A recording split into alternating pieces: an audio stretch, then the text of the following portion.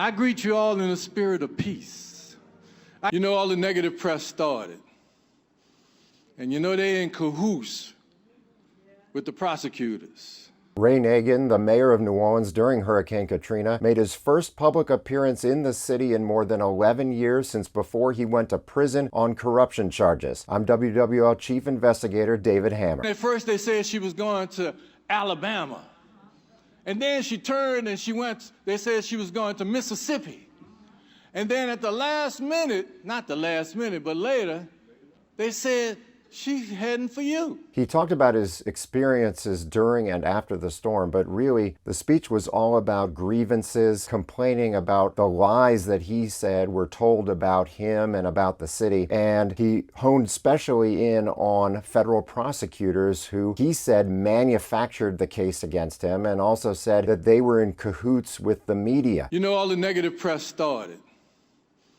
And you know they in cahoots with the prosecutors.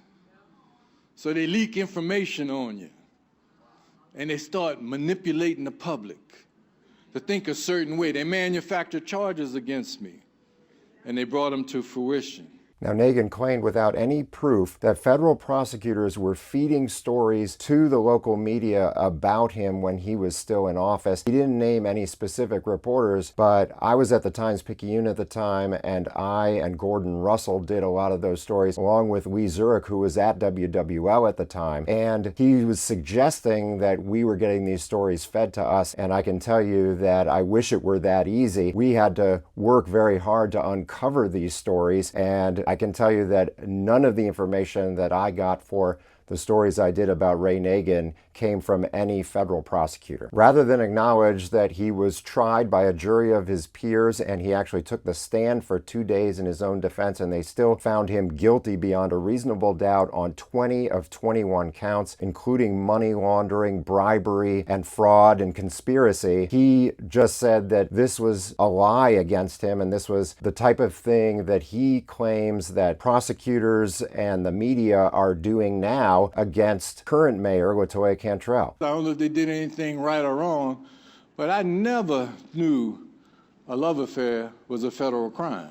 He said he had turned down a bunch of offers to do interviews and documentaries. He said all those people were liars, and he was essentially saying that he chose this one speech at the church to make his statement ahead of the 20th anniversary of Hurricane Katrina, and he chose to do that by focusing on his grievances. Stream this story and more on WWL+.